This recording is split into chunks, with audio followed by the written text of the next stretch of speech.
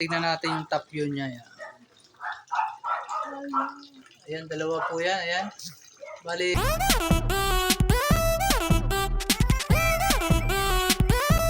Check it out. Check it out.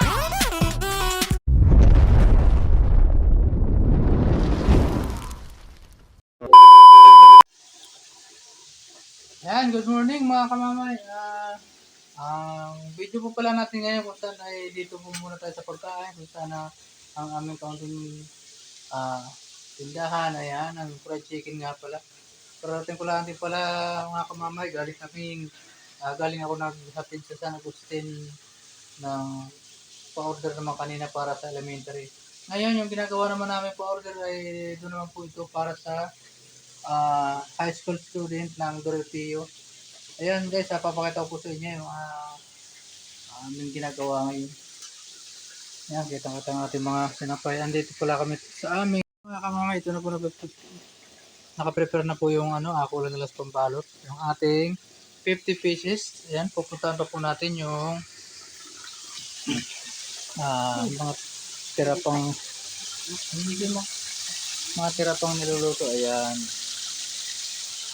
Dito pa po yung tira 50 pesos, isang iso lang po ito, bali sa lahat ay 100 pesos. Ayan.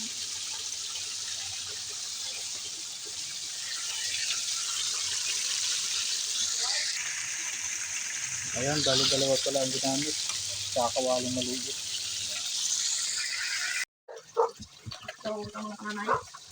Yung kamamaw. Dito. Yan mga kamamay, babalot pala natin ng resinite.